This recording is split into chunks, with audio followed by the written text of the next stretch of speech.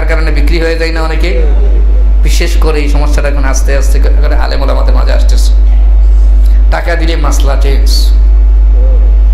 এখন এক মাসালা টাকা দিয়েছে, মাসলা একটু পরে ঘুরে যায়। আল্লাহ পাক এই ধরনের আচরণ থেকে আমাদেরকে হেফাজত করুক বলে আমিন। আপনি টাকা দিয়ে মাসলা চেঞ্জ করেছেন সত্য, আল্লাহর দরবারে কি জবাব দিবেন? কয় টাকা দিয়ে আপনি কবর যে শান্তি লাভ করবেন? কয় টাকা দিয়ে আজরাইল এবং অন্য ফেরেশতা যারা আছে তাদেরকে কিনতে পারবেন? একটু বিবেক দিয়ে চিন্তা করা উচিত। এক মসজিদে এসে মিলাদ কিয়াম করি, এটাকে জায়েজ ফতোয়া দেই, আবার আরেক জায়গায় যদি বেতন একটু বেশি দেয় ওই মসজিদে যাই, ওইটা নাজায়েজ বলে আবার স্বাধীনভাবে চালিয়ে দিই না।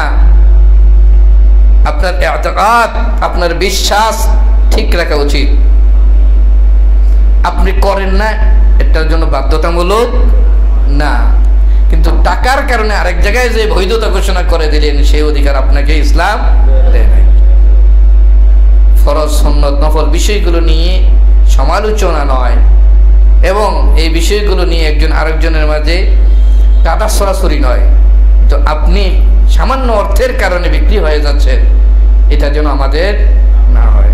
যদি এমন হয়, পৃথিবীতে আল্লাহ রাব্বুল আলামিন কুরআনুল কারীমে 2 ধরনের কুকুরের আলোচনা করেছেন। কয় ধরনের? 2 ধরনের কুকুরের আলোচনা করেছেন। এক ধরনের কুকুর হচ্ছে যে নিজে কুকুর হওয়ার পরও জান্নাতি হবে। সে কুকুর, তারপরও কোথায় যাবে? জান্নাতে যাবে। কারণ হচ্ছে সে আল্লাহওয়ালাদের সাথে ছিলেন। وَكَلْبُهُمْ بَاسِطٌ ذِرَاعَيْهِ بِالْوَسِيطِ। আসহাবে কাহাফের যে কুকুর, সেই কুকুর তাদেরকে পাহারা দেওয়ার কারণে জান্নাতি হবে। আরেক কুকুর যে ইবাদত করতে করতে আল্লাহর খুব প্রিয় হয়েছিলেন,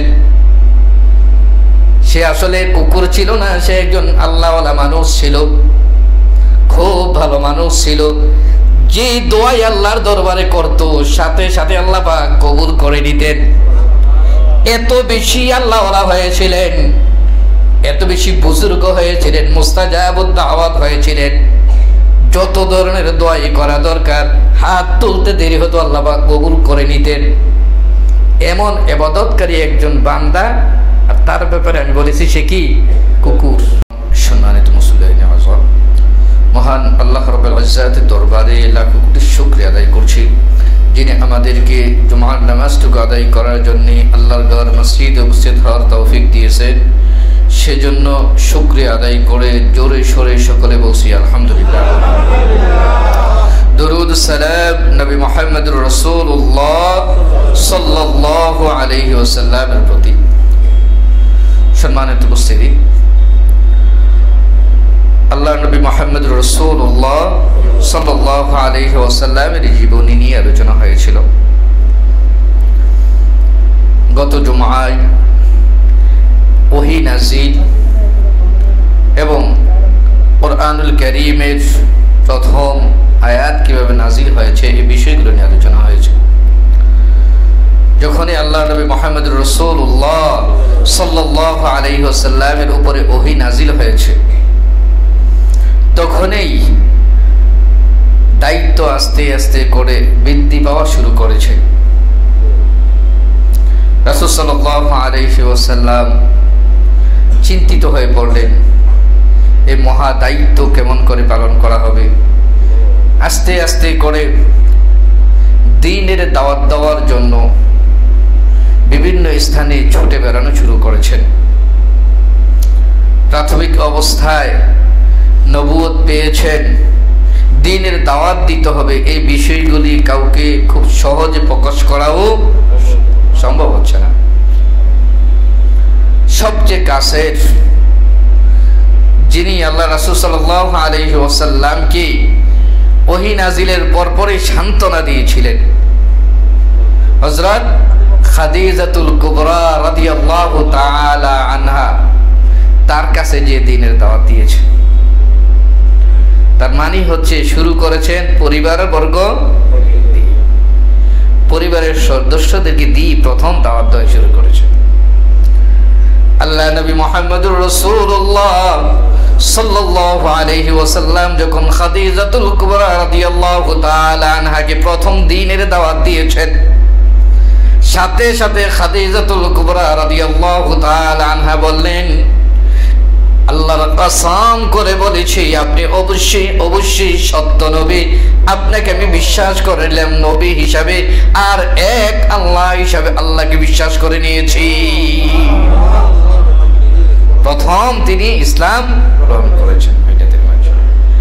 হযরত খাদিজাতুল কুবরা রাদিয়াল্লাহু তাআলা আনহা যখন ইসলাম গ্রহণ করেছেন, তখনই দাওয়াত দিলেন পরিবারের মাঝ থেকে দ্বিতীয় আরেকজন, যাকে আল্লাহর রাসূল সাল্লাল্লাহু আলাইহি ওয়াসাল্লাম পালক পুত্র হিসেবে রেখেছেন। কুরআনুল কারীমের মাঝে একজনের নাম এসেছে যায়েদ বিন হারিস রাদিয়াল্লাহু তাআলা। ফালাম্মা ক্বাদা যায়েদুম মিনহা, যার বিবাহের ব্যাপারে স্পষ্ট কুরআনুল কারীমের মাঝে বর্ণনা করে দেওয়া হয়েছে। আল্লাহ রাসূলের পালক পুত্রের কাছে যখন দাওয়াত দিয়েছেন, সাথে সাথে তিনি ইসলাম গ্রহণ করেছেন। রাসূল সাল্লাল্লাহু আলাইহি ওয়াসাল্লাম এবার হযরত আলী রাদিয়াল্লাহু তাআলা আনহুর কাছে দাওয়াত পৌঁছালেন। আলী রাদিয়াল্লাহু তাআলা আনহু যুবকদের মাঝে রয়েছেন। যুবকদের মাঝে আলী রাদিয়াল্লাহু তাআলা আনহু তিনিও বললেন, ইয়া রাসূলুল্লাহ, ইয়া হাবিবাল্লাহ, আমিও আপনাকে নবী হিসাবে মেনে নিলাম। সাথে সাথে হযরত আবু বকর সিদ্দিক রাদিয়াল্লাহু তাআলা আনহু যখন এই দাওয়াত পেয়েছেন, মুরব্বিদের মাঝে হযরত আবু বকর সিদ্দিক রাদিয়াল্লাহু তাআলা আনহু তিনিও ইসলাম গ্রহণ করেছেন। এই কয়েকজন কি পেয়ে রাসূল সাল্লাল্লাহু আলাইহি ওয়াসাল্লামের মনটা আনন্দে ভরে উঠলেন। এখনো প্রকাশ্য কারোর কাছে দাওয়াত দিচ্ছেন না, পারিবারিকভাবে। এই জন্য কুরআনুল কারীমের আয়াত এসেছে, ওয়া'মুর আহলাকা বিস-সালাতি ওয়াসতাবির আলাইহা লা নাসআলুকা রিজকা। হাবিব, আপনি লোকদেরকে জানিয়ে দেন, ওয়া'মুর আহলাকা বিস-সালাত, নামাজ আদায়ের জন্য আপনি আপনার পরিবার বর্গদেরকে প্রথম আদেশ করেন।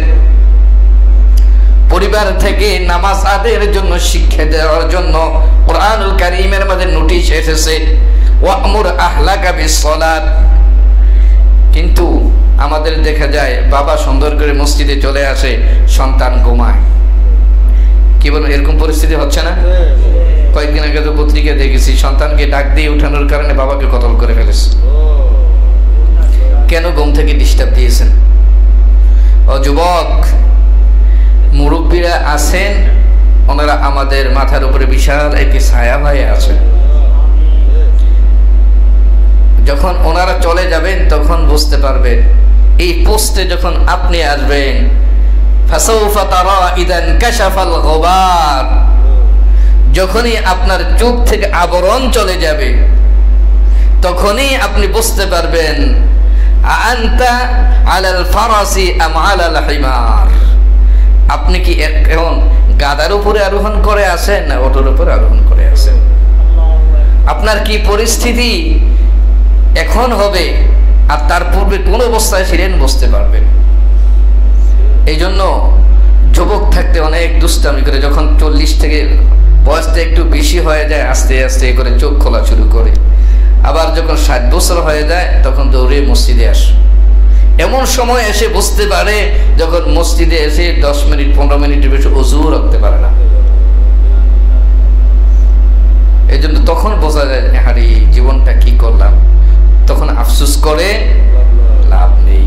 এই আফসোস তো আপনি কবরে যেও করবেন, কবরে যেও করবেন। কুরআনুল কারীমের মাঝে স্পষ্ট আমরা কি কি আফসোস করব সব বর্ণনা করেই দেওয়া হয়েছে। এগুলো বর্ণনা করে দেওয়ার পরেও তো আমরা বুঝতেছি না যে আসলে আফসোস করব। এই বিষয়গুলো আমরা বুঝতে পারছি না। শিক্ষা এখন গ্রহণ করি না, ইন্তেকালের পরে শিক্ষা গ্রহণ করার জন্য চিন্তা করব। ওই সাপ যতই দৌড়ায় বাঁকা হয়ে দৌড়ায়, সোজা হয় তবে মরার পরে।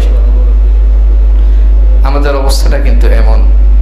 সুতরাং মরার পরে সোজা হলে লাভ হবে না, আমাদের এখনই সোজা হতে হবে। আল্লাহ পাক আমাদের সকলকে এ থেকে শিক্ষা গ্রহণ করার তৌফিক দান করুক, সকলে বলি আমিন। এই জন্য আল্লাহ রাব্বুল আলামিন বলেছেন ওয়া'মুর আহলাকা বিস-সালাত। আপনি ঘরে বসে সদস্য যারা রয়েছে প্রতি বৃহস্পতিবার অথবা সোমবার একটা দিন ফিস্ট করবেন, ঘরের সন্তান, আপনার স্ত্রী, আপনার মেয়ে সবাইকে নিয়ে একটা অনুষ্ঠান করবেন, দ্বীনের ব্যাপারে, ইসলামের ব্যাপারে আলোচনা করবেন। এক সপ্তাহ কি কি করেছেন, এক সপ্তাহে কে কয় ওয়াক্ত নামাজ মিস করেছে, কার কি অবস্থা, কয়দিন তাহাজ্জুদ পড়েছে, কে কোন সূরাগুলি পারে, কোন সূরাগুলি পারে না, নামাজের মাঝে কি কি দোয়া পড়তে হয়, এই বিষয়গুলো যদি আপনি প্রতি সপ্তাহে একদিনও 1 ঘন্টার জন্য সময় দেন, এই সন্তানগুলো কি অন্যায় অপকর্ম করবে? এক সপ্তাহ পরেও যদি আপনি একদিন খবর নেন, পরবর্তী সপ্তাহের জন্য পুরস্কার ঘোষণা করে দেন, ঠিক আছে, যদি আগামী সপ্তাহে বৃহস্পতিবারে অথবা সোমবারে 1 ওয়াক্ত যদি নামাজ কাজা না হয়, তাহলে তার জন্য আলাদা একটা গিফট আছে, অথবা তার জন্য সুন্দর একটা পুরস্কারের ব্যবস্থা রয়েছে। এভাবে যদি আপনি ইনক্রেজ করেন, উৎসাহিত করেন, আমার দৃঢ় বিশ্বাস সন্তানগুলো কখনো বেনামাজি হবে না। বেনামাজি হয় কেন? আপনি বাবা সন্তানের সামনে বসে বসে সিগারেট খান, আপনি বাবা একই পাশে বসে বসে নাটক দেখছেন, পাশে বসে বসে সিনেমা দেখছেন, অশ্লীল ছবি দেখছেন। এই সন্তানকে যখন আপনি বলবেন এই ছবি দেখো না, উচিত না, সে কি আপনার কথা শুনবে? শুনবে না। আপনার চিন্তা করা উচিত, বয়স তো আপনারও হয়েছে, সে এই প্ল্যাটফর্মে এসে চিন্তা করবে বাবা যেমন মুরব্বী হওয়ার পর আমাকে উপদেশ দিয়েছে, আমিও মুরব্বী হলে আমার সন্তানদেরকে উপদেশ দেব। ওই উপদেশেই যাবে, কিন্তু সমাজের কোনো পরিবর্তন আসবে না। এই জন্য আমি অনুরোধ করব, আল্লাহ নবী মুহাম্মদুর রাসূলুল্লাহ সাল্লাল্লাহু আলাইহি ওয়াসাল্লামের কাছে যখন স্পষ্ট দাওয়াতের নোটিশ আসে নাই, তখনও তিনি পরিবারবর্গ দিয়ে দাওয়াত শুরু করেছেন। আমরাও ইনশাআল্লাহ পরিবারবর্গ যারা রয়েছে তাদেরকে নিয়ে দ্বীনি বিষয়ে আলাপ আলোচনা করব, ইসলামের বিষয়ে, কোরআনের বিষয়ে। আপনি যদি না পারেন আরেকজন থেকে শুনে নিয়ে তারপর আলোচনা করবেন। মহিলাদের জন্য রাস্তায় বের হয়ে বিভিন্ন স্থানে হেঁটে হেঁটে তাবলীগ করা নয়। পুরুষ যিনি রয়েছেন ওনার দায়িত্ব দ্বীনি আলেম শিক্ষা করে বাসায় যেয়ে শিক্ষা দেওয়া, কারণ ওনাদের জন্য পর্দা রয়েছে। তো আপনি যদি নাই শিখেন তাদেরকে কি শিখাবেন? আপনার দায়িত্বই তো আপনি পালন করছেন না। এই বিষয়গুলো থেকে আমাদের শিক্ষা গ্রহণ করা উচিত। রাসূল সাল্লাল্লাহু আলাইহি ওয়াসাল্লাম প্রাথমিক অবস্থায় দাওয়াত দেওয়ার পরে যখন কয়েকজন ইসলাম গ্রহণ করেছে, তাদের ইসলাম গ্রহণের সংবাদ আস্তে আস্তে করে কাফের মুশরিকদের কানে পৌঁছে গেল। কাফের মুশরিক নাস্তিক বেঈমান যারা রয়েছে, আল্লাহ রাসূল সাল্লাল্লাহু আলাইহি ওয়াসাল্লামকে সরাসরি প্রশ্ন করে না, নিজেরা একজন আরেকজনের সাথে আলোচনা করে শুনছো। উনি গোপনে গোপনে যে দাওয়াত দিচ্ছে, মানুষগুলো জাদুর মতো সেই দ্বীনের প্রতি, ইসলামের প্রতি আকৃষ্ট হওয়া শুরু করে দিয়েছে, একজন আরেকজনের সাথে আলোচনা করে। ঠিক এমত অবস্থায় কুরআনুল কারীমের আয়াত নাযিল হয়েছে, وأنذر عشيرتك الأقربين। ও হাবিব, আপনার পরিবার বর্গ যারা রয়েছে, আপনার নিকট আত্মীয় যারা রয়েছে, তাদেরকে দ্বীনের দাওয়াত দেন। আয়াত নাযিল হয়ে গেছে, যারা আত্মীয় স্বজন রয়েছে তাদেরকে দ্বীনের দাওয়াত দেন। রাসূল সাল্লাল্লাহু আলাইহি ওয়াসাল্লাম চিন্তা করলেন, সবাইকে বলে না, এই নিকটাত্মীয় যারা রয়েছে, আশিরাতাকাল আকরাবিন, তাদেরকে কিভাবে আমি দ্বীনের কথা বলতে পারি। প্রাথমিক অবস্থায় কৌশল অ্যাপ্লাই করলেন। যারা পরিবার বর্গ রয়েছে এবং আত্মীয় স্বজন, নিকট আত্মীয় যারা রয়েছে, তাদেরকে দাওয়াত করলেন, বাসায় এনে দাওয়াত করেছেন। দাওয়াতে মোটামুটি লোক হয়েছে। সেখানে এসে দাওয়াত কমপ্লিট করে, খাওয়া দাওয়া কমপ্লিট করার পরে উপস্থাপন করবেন মূল বিষয়টা। চিন্তা করলেন, খাওয়া দাওয়া যখন হয়েছে, এখন একটু আলোচনায় বসি। ওই মুহূর্তেই আবুল আহাব বলে উঠল, মোহাম্মদ, এখানে যারা আছে সব তোমার পিতার সমতুল্য, উল্টাপাল্টা কিছু বলল না। কারণ যদিও প্রকাশ্যভাবে না শোনে, পরস্পর কানে কানে শুনে গেছে। এসে বললেন, মোহাম্মদ, এইগুলি সব পরিবারবর্গ, তোমার নিকটতম, তোমার বাবার সমতুল্য এমন লোকও রয়েছে, এখানে উল্টাপাল্টা কিছু বলা যাবে, চুপ থাকবা। রাসূল সাল্লাল্লাহু আলাইহি ওয়াসাল্লাম চিন্তা করলেন, এই পরিস্থিতিতে আমি এগুলি বলে বিপদ তৈরি করার দরকার নাই। প্রথম দিন দাওয়াত দিয়ে খাওয়া দাওয়া শেষ, মিটিং কমপ্লিট করে সবাইকে বিদায় করে দিলেন। কিছুদিন পরে আবার দাওয়াত করেছে। দ্বিতীয়বার দাওয়াত করার পরে সকলে মিলে যখন খাওয়া দাওয়া কমপ্লিট করেছে, তখন রাসূল সাল্লাল্লাহু আলাইহি ওয়াসাল্লাম বলা শুরু করলেন, ইন্নী আমানতু বিল্লাহ, আমি আল্লাহর প্রতি বিশ্বাস স্থাপন করেছি, যিনি আমাকে রিজিক দেন, যিনি আমাকে খাওয়ান, তোমাদেরকে রিজিক দেন, তোমাদেরকেও খাওয়ান। আমি আল্লাহর প্রতি বিশ্বাস স্থাপন করেছি, যার সাথে কোনো শরীক নাই। আল্লাহ রাব্বুল আলামিন আমাকে পৃথিবীতে রাসূল হিসেবে পাঠিয়েছেন দ্বীনের দাওয়াত দেওয়ার জন্য, ইসলামের দাওয়াত দেওয়ার জন্য আমাকে পাঠিয়েছেন, তোমাদেরকে জান্নাতি বানানোর জন্য, তোমাদেরকে মহা শাস্তি থেকে কিভাবে রক্ষা পেতে হয় এই বিষয়গুলো বর্ণনা করার জন্য আল্লাহ পাক আমাকে পাঠিয়েছেন। এই বিষয়গুলো যখন বর্ণনা করতেছেন, ওই অবস্থায় আবু তালেব চাচা বলে উঠলেন, ও মুহাম্মদ, শোনো, তুমি আমার পরিবার বর্গ এবং যারা রয়েছে তাদেরকে কোনো ধরনের আদেশ করো না। সুন্দর করে বলছেন, কোন ধরনের আদেশ, ওনারা মুরব্বী, তুমি যা বলেছ সেগুলো যদি সত্য হয়, যে আল্লাহর প্রতি বিশ্বাস স্থাপন করেছ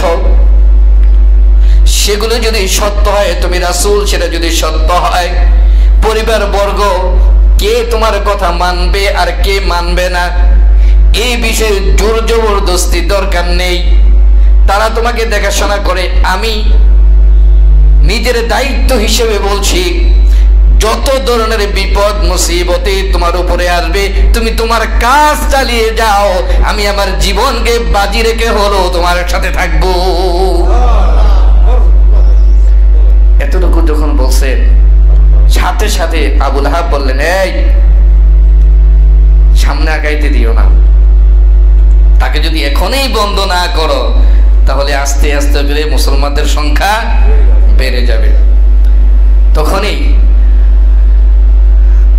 তার চাচা বলে উঠলেন যে, শোনো আমার ভাতিজা, যে দ্বীনের দাওয়াত দিচ্ছে সে দিতে, তাকে বাধা দিও না, তাকে বাধা দিও না বলে দিলেন। যখন এতটুকু বলেছেন, রাসূল সাল্লাল্লাহু আলাইহি ওয়াসাল্লাম একটু সাহস পাইলেন, সাহস পাইলেন যে না, আমার পাশে একজন রয়েছে। ঠিক ওই মুহূর্তেই আল্লাহ রাব্বুল আলামিন কুরআনুল কারীমের আরেকটি আয়াত নাযিল করে জানিয়ে দিলেন, ফাসতা বিমা তু'মারু ওয়া আ'রিদ আনিল মুশরিকিন। ও হাবিব, ও বন্ধু আমার, ফাসতা বিমা তু'মারু, আপনাকে যে দ্বীনের দাওয়াতের জন্য প্রেরণ করা হয়েছে, যে দ্বীনের দাওয়াত দেওয়ার জন্য আপনাকে আদেশ করা হয়েছে, ফাসতা বিমা তু'মারু, আপনি আদেশ দিতে থাকেন। ও আ'রিদ আনিল মুশরিকিন, কাফের বেঈমান নাস্তিক তারা যত কথাই বলুক, তাদের কথার দিকে আপনি তাকানো যাবে, আপনি সেদিকে তাকাবেন না, তাদের কথা শোনা যাবে না, আপনার দাওয়াত আপনি দিতেই থাকেন। আল্লাহর পক্ষ থেকে করা নোটিশ, এখন আর কাফের মুশরিকদের কথা শোনা যাবে। ইন্না কাফাইনাকাল মুস্তাহজিইন, ও হাবিব, ইন্না কাফাইনাকা, নিশ্চয়ই আমি আল্লাহই যথেষ্ট। তারা আপনাকে বিভিন্নভাবে ঠাট্টা বিদ্রুপ করে আপনাকে সম্মান মর্যাদার হানি করতে চেষ্টা করবে, আপনার প্রশংসার জন্য ইন্না কাফাইনাকা, আমি আল্লাহ যথেষ্ট হয়ে গেলাম। এদিক দিয়ে আল্লাহ পাক উৎসাহ দিলেন, তাদের থেকে মুখ ফিরিয়ে নেন, আমি আল্লাহ আপনার জন্য যথেষ্ট। রাসূল সাল্লাল্লাহু আলাইহি ওয়াসাল্লাম এবার দ্বীনের দাওয়াত দেওয়ার জন্য চলে গেলেন পাহাড়ের চূড়ায়, সাফা মারওয়া। সেই পাহাড়ের চূড়ায় যে গোত্রে যারা রয়েছে তাদেরকে ডাকলেন, শোনো সবাই আসো, বিপদ, ইয়া সাহাবা বলে ডাকলেন। সবাইকে ডাকলেন, তোমরা এদিকে আসো। প্রত্যেকে মনে করেছে মহা বিপদ মনে হয়েছে, দৌড়িয়ে আসলেন। আসার পরে বললেন, শোনো, আমি যদি বলি পাহাড়ের ওপারে অনেক শত্রু অপেক্ষা করছে, যে কোনো সময় তোমাদের উপর আক্রমণ করতে পারে, তোমরা কি আমার কথা বিশ্বাস করবে?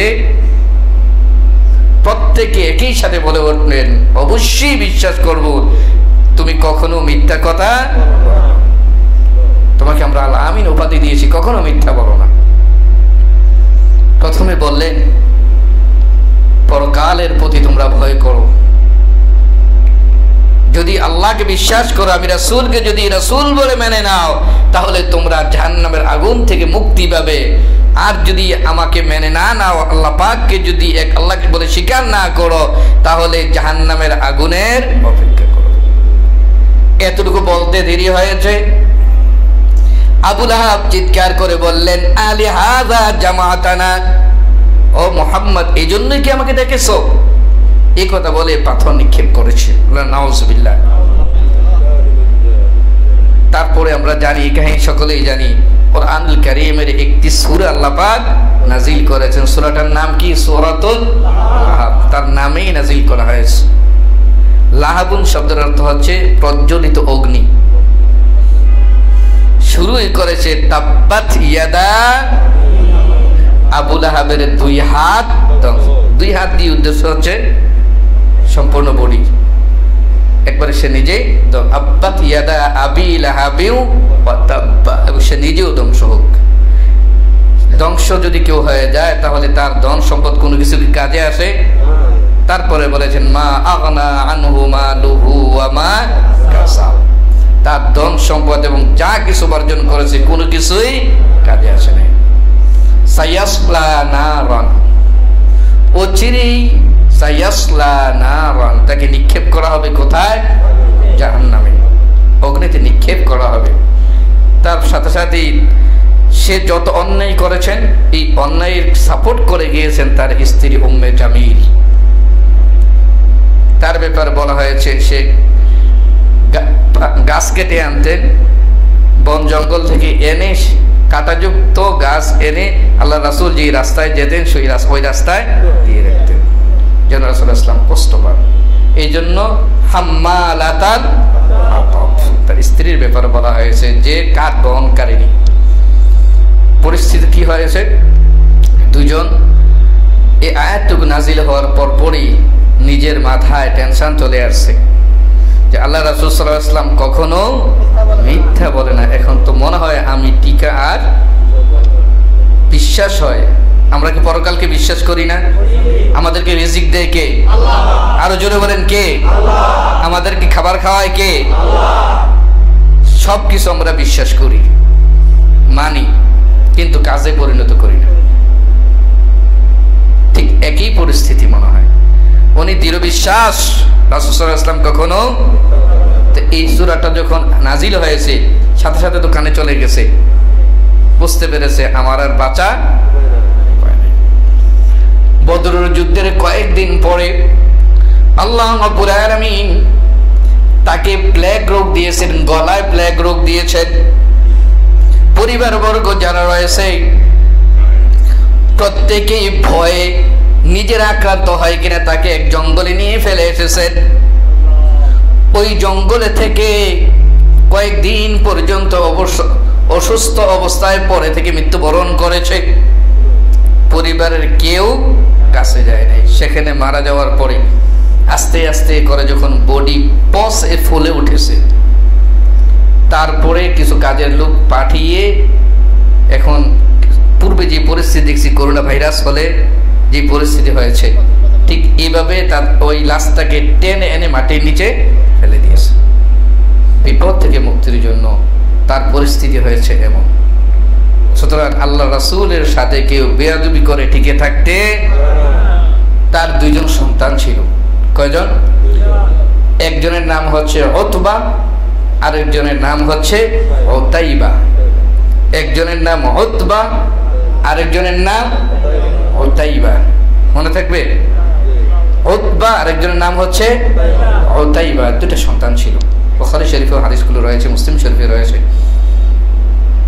আবু লাহাবের দুজন সন্তানের কাছে আল্লাহ নবী মুহাম্মদ রাসূলুল্লাহ সাল্লাল্লাহু আলাইহি ওয়াসাল্লামের দুজন মেয়ে বিয়ে দিয়েছিলেন। এক হচ্ছে রুকাইয়া, আর একজন হচ্ছে উম্মে কুলসুম। আবু লাহাবের দুইজন ছেলের কাছে রাসূলুল্লাহ ইসলামের দুইজন মেয়ে বিয়ে দিয়েছেন, রুকাইয়া এবং উম্মে কুলসুম দুজনকে বিয়ে দিয়েছেন।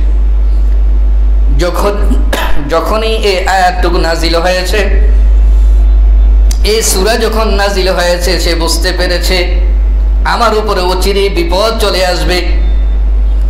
সাথে সাথেই সন্তানদের উপরে চাপ তৈরি করলেন, যত দ্রুত সম্ভব মুহাম্মদ সাল্লাল্লাহু আলাইহি ওয়াসাল্লামের উপর অত্যাচার শুরু করে দাও, এমনকি তার মেয়েদের উপরে অত্যাচার শুরু করে দাও। যত ধরনের অত্যাচার রয়েছে সব তোমরা শুরু করে দাও। বারবার চাপ সৃষ্টি করতেছেন সন্তানদেরকে, যেভাবে হোক মুহাম্মদ সাল্লাল্লাহু আলাইহি ওয়াসাল্লামের উপরে এবং তার মেয়েদের উপরে যেন অত্যাচার করে। অত্যাচারের অবস্থা এমন হয়েছে, হঠাৎ করে উভয়কে বারবার মারধর করে, উভয়ের উপরে অত্যাচার করে। একদিন এক সন্তান উতবা, সে তার মেয়েকে বললেন, তার স্ত্রীকে বললেন, যাও তোমার বাবাকে ডেকে নিয়ে আসো। মানে হচ্ছে মুহাম্মদ রাসূলুল্লাহ সাল্লাল্লাহু আলাইহি ওয়াসাল্লামকে বললেন, যাও তাকে ডেকে নিয়ে আসো। অত্যাচারের পরে বললেন, তাকে ডেকে নিয়ে আসো। রাসূল সাল্লাল্লাহু আলাইহি ওয়াসাল্লাম আসলেন। আসার পরে রাব বিহেভ যা দরকার, যত ধরনের খারাপ আচরণ দরকার সব করার পরে বললেন, ইয়া মুহাম্মদ ইশহাদ, ও মুহাম্মদ সাল্লাল্লাহু আলাইহি ওয়াসাল্লাম তুমি সাক্ষী থাকো, আমি সাক্ষ্য দিচ্ছি যে তুমি যে খোদাকে মানো এই খোদা আমি মানি। আমি তাকে অস্বীকার করলাম, তুমি যার কথা বলো। সাথে সাথে বললেন, ইন্নী তাল্লাকতু ইবনাতিকি, যাও তোমার সামনেই আমি তোমার মেয়েকে তালাক দিয়ে দিলাম। বলে নাউজুবিল্লাহ, তালাক দিয়ে দিলেন। তারপরে হাদিসের ইবারতে এসেছে, এতটুকু বলার পর পর আল্লাহ রাসূল সাল্লাল্লাহু আলাইহি ওয়াসাল্লামের মনটা যখন একবারে খারাপ হয়ে গেছে, সে রাসূল সাল্লাল্লাহু আলাইহি ওয়াসাল্লামের দিদি থুতু নিক্ষেপ করেছে। বলে নাউজুবিল্লাহ, থুতু মেরেছে। রাসূল সাল্লাল্লাহু আলাইহি ওয়াসাল্লাম আর সহ্য করতে পারলেন না। তিনটা কথা প্রথম বলেছে, তুমি যার দাওয়াত দাও তাকে আমি অস্বীকার করলাম। তারপরে মেয়েকে তালাক দিলেন। তৃতীয় নম্বরে থুতু নিক্ষেপ করেছে। রাসূল সাল্লাল্লাহু আলাইহি ওয়াসাল্লামের মুখ থেকে বের হয়ে গেছে মুসলিম শরীফের হাদিস, আল্লাহুম্মা সাল্লিত আলাইহি কালবাম মিন কালাবিক, হে আল্লাহ আপনার যত কুকুর রয়েছে সেই কুকুরদের মধ্য থেকে একটা কুকুর তার প্রতি নিক্ষেপ করে দাও। হে আল্লাহ তার প্রতি আপনার যে ধরনের খারাপ জন্তু রয়েছে, কোন কোন তাফসীরের কিতাবের মাঝে এসেছে যে প্রাণীগুলো মানুষকে হত্যা করে, এই ধরনের প্রাণীর কথা, হে আল্লাহ আপনার পক্ষ থেকে যত কুকুর তৈরি করেছেন, আল্লাহুম্মা সাল্লিত আলাইহি কালবাম মিন কালাবিক, হে আল্লাহ ওই কুকুরটুকু থেকে একটি কুকুর তার প্রতি লেলিয়ে দাও। রাসূল সাল্লাল্লাহু আলাইহি ওয়াসাল্লাম এতটুকু বলে মেয়েকে নিয়ে আসলেন। সাথে সাথে এই তথ্য যখন আবু লাহাবের কাছে পৌঁছেছে যে আল্লাহর রাসূল এই কথা বলেছে, আবু লাহাবের অবস্থা আরো সন্তানকে বললেন, ও সন্তান, যার মুখ থেকে কথাটা বের হয়েছে তিনি সাধারণ মানুষ, সাবধান। সন্তানকে বলে দিলেন, সাবধান, এই এলাকায় থাকার অধিকার আর তোমার, বের হয়ে যাও, তাড়াতাড়ি বের হয়ে যাও। 25 থেকে 30 জন পাহারাদার দিয়ে তাকে এখান থেকে বের করে দিলেন। 30 জন পাহারাদার, 25 থেকে 30 জন পাহারাদার দিয়ে সকলকে বললেন, 1 সেকেন্ডের জন্য যেন তাকে পাহারা থেকে দূরে না যাও। শাম দেশে তাকে পাঠিয়ে দিলেন, বললেন এখানে থাকতে পারবে না, শাম দেশে চলে যাও। চলে গেলেন শাম দেশে। সেখানে যাওয়ার পরে রাস্তার মাঝে প্রত্যেকেই পাহারা দিচ্ছে, চতুর্দিক থেকে সবাই, এর মাঝখানে অথবা পাহারা দিচ্ছে। হঠাৎ করে একদিন রাতে ঘুমাচ্ছে, সবাই পাহারা দিচ্ছে চতুর্দিক থেকে, সে মাঝখানে ঘুমাচ্ছে। কোথাও লেখা রয়েছে বাঘ, কোথাও লেখা রয়েছে সিংহ, অনেক দূর দিয়ে চতুর্দিক থেকে সবাই আছে, মাঝখানে সে শুয়ে আছে। সেই সিংহ সকলের উপর দিয়ে লাফ দিয়ে সে তাকে ধরে টান দিয়ে নিয়ে গেলেন, নিয়ে একেবারে ছিঁড়ে ফেললেন। আল্লাহ রাসূল সাল্লাল্লাহু আলাইহি ওয়াসাল্লাম বলেছেন, আল্লাহুম্মা সাল্লিত আলাইহি কালবাম মিন কালাবিক। এতজন লোক পাহারা দিচ্ছে, কাউকে আক্রমণ করছে না, বরং সকলের উপর দিয়ে লাফ দিয়েছে, তাকে টেনে নিয়ে ছিঁড়ে ফেললেন। তথ্যটা যখন বাবার কাছে পৌঁছেছে, বাবার কাছে যখন পৌঁছেছে, বাবা বললেন, তোমাকে পূর্ব থেকেই সতর্ক করেছে, কিন্তু মুহাম্মদ সাল্লাল্লাহু আলাইহি ওয়াসাল্লামের মুখ থেকে যে বরদোয়া বের হয়েছে, এ থেকে রেহাই পাওয়ার মতো অধিকার আমাদের কারো। সন্তানের অবস্থা হয়েছে এমন। কিছুদিন পরে আবার উতাইবা, সেও রাসূল সাল্লাল্লাহু আলাইহি ওয়াসাল্লামের আরেকজন মেয়ে, তাকেও তালাক দিয়ে দিলেন। দুজনেই চলে আসছে। এই দুইজনের মাঝে উম্মে কুলসুম এবং রুকাইয়া, এই দুইজনকেই আল্লাহ রাসূলের একজন বিশিষ্ট সাহাবী বিয়ে করেছেন। কি নাম বলতে পারেন? হযরত ওসমান রাদিয়াল্লাহু তাআলা আনহু। এইজন্য তাকে যিন নূরাইন বলা হয়, দুই নূরের অধিকারী। যেহেতু আল্লাহ রাসূলের দুইজন মেয়েকেই বিয়ে করেছেন, এইজন্য তাকে যিন নূরাইন। একসাথে দুইজন না, একজন ইন্তেকালের পরে আরেকজনকে বিয়ে দিয়েছে, একসাথে দুই বোন। আনতাজমাউ বাইনাল উখতাইন, দুই বোন একসাথে বিয়ে করা হারাম। পর এই জন্য দুজনকে বিয়ে করেছেন, তাকে যিন নূরাইন বলা হয়। এ হচ্ছে তাদের এই পরিস্থিতি, শুধুমাত্র রাসূল সাল্লাল্লাহু আলাইহি ওয়াসাল্লামের সাথে বেয়াদবির কারণে। রাসূল সাল্লাল্লাহু আলাইহি ওয়াসাল্লাম দ্বীনের দাওয়াত দেওয়া শুরু করেছেন। যখনই প্রকাশ্য দাওয়াত দিতে গিয়েছেন, ওই অবস্থায় এক এক করে কাফের মুশরিক নাস্তিক যারা রয়েছে, তারা বারবার বাধা দিতে চেষ্টা করছেন। দেখলেন কোনোভাবেই আল্লাহ নবী মুহাম্মদুর রাসূলুল্লাহ সাল্লাল্লাহু আলাইহি ওয়াসাল্লামকে বাধা দিতে পারছে না। তখন সকলে মিলে ঐক্যবদ্ধ হলেন, মিটিংয়ে বসলেন। মিটিংয়ে বসে সিদ্ধান্ত করলেন, শোনো, আমরা তো কেউ তাকে বাধা দিতে পারছি না, মুসলমান হতেই চলেছে, একটা কাজ করি, সবাই মিলে তাকে একটা গোল্ডেন অফার দিয়ে দেখি।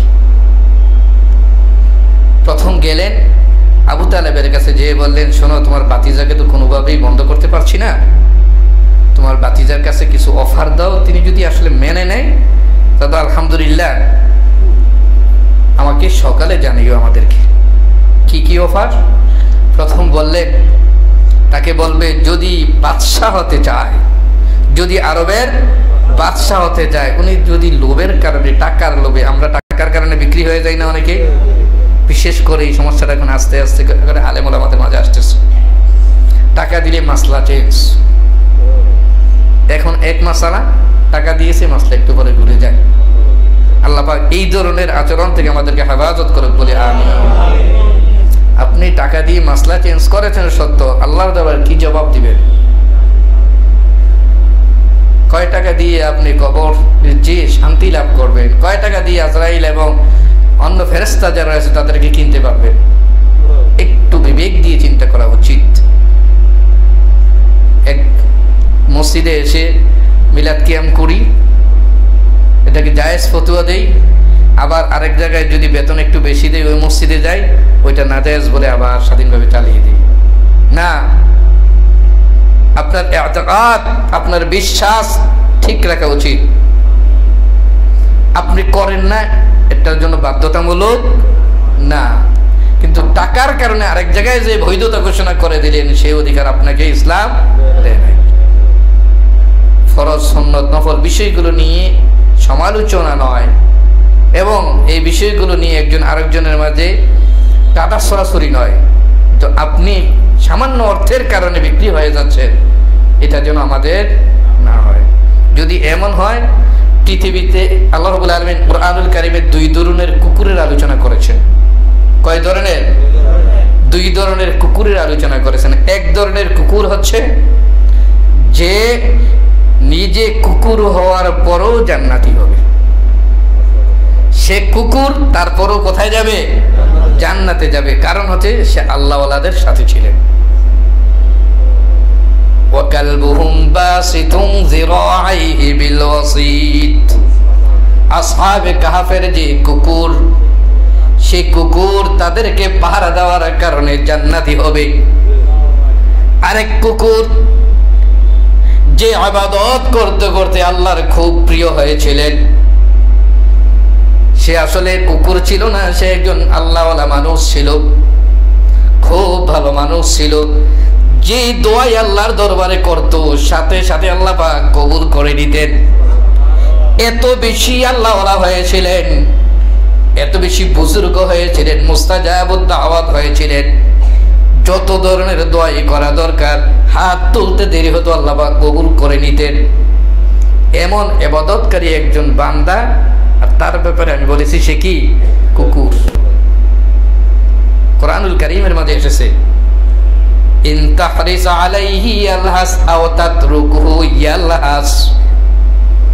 এই কুকুরের অবস্থা হয়েছে এমন, সে তাকে ছেড়ে দিলেও শুধুমাত্র জিহ্বা লালা ফেলে, যখন খুব একটু টায়ার্ড হয়ে দেখেন শুধু জিহ্বা দিয়ে লালা পড়তে থাকে। এই অবস্থা। কিন্তু সময় শেষ হয়ে গেছে। ইনশাআল্লাহ ওই কুকুর কেন কুকুর হয়েছে এই বিষয়ে ইনশাআল্লাহ আগামী জুমায় আলোচনা করব, এবং পরবর্তী বিষয়গুলো আগামী জুমায় আলোচনা করব। আল্লাহ রাব্বুল আলামিন আমাদের কি এ থেকে